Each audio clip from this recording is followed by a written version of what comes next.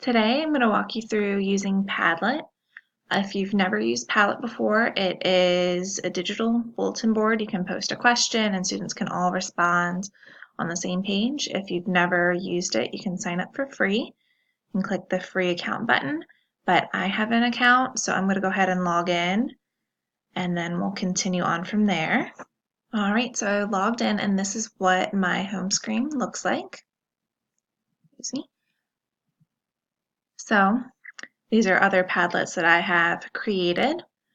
If you want to see some examples from other people, there is a gallery if you want some inspiration to see what other people have created. But I'm going to go ahead and walk through how you can make your own.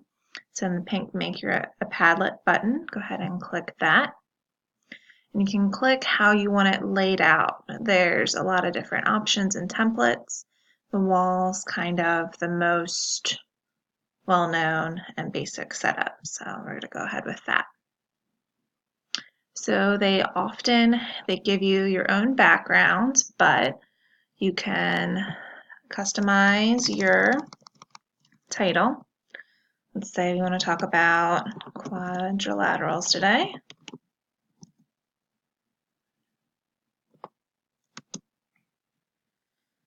All right. And for your description, you can say, let's review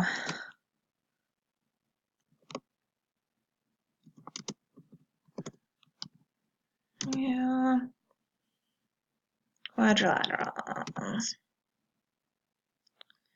Or actually, say list all of the quadrilaterals you know.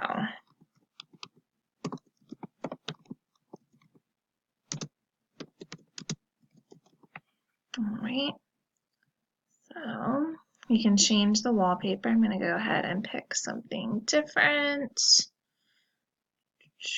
I'm going to go ahead maybe with the blueprint.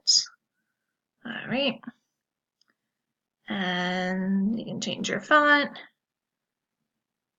When you go down to posting attribution, so if you want to see which students comment, you can slide that over so it displays each student name.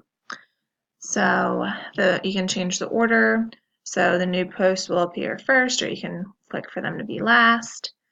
You can decide whether or not you want your students to comment on each other's postings. It's up to you. All right. It also has a filtering profanity option, so if you feel like your students might not be mature enough to handle this and might use some inappropriate language, you can select that and it would replace bad words with emojis, which is kind of a fun feature that it has. All right, so when you're hit next, you're all set. All right, you can close that. So for your students to respond, they would hit the little plus icon and they can have their name at the top because you chose that, and they can list the quadrilaterals that they know.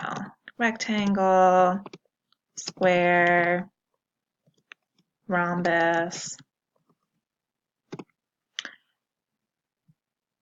All right, and another option, if you want your students to write, they can, but if you want them to upload an image, they can as well.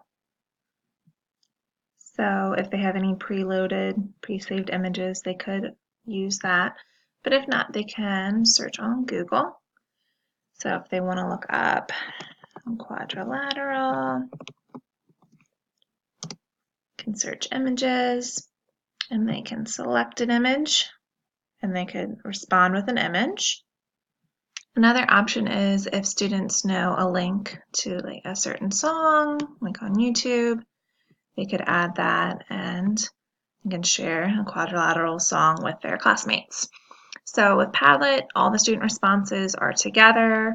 They can respond with text, with images, with links to other websites. But it's a fun way to have all the students collaborating on one page, and as a teacher you can observe all of their knowledge all at once. So hopefully you are all set to try Padlet in your classroom. I wish you luck and I hope you have fun with it.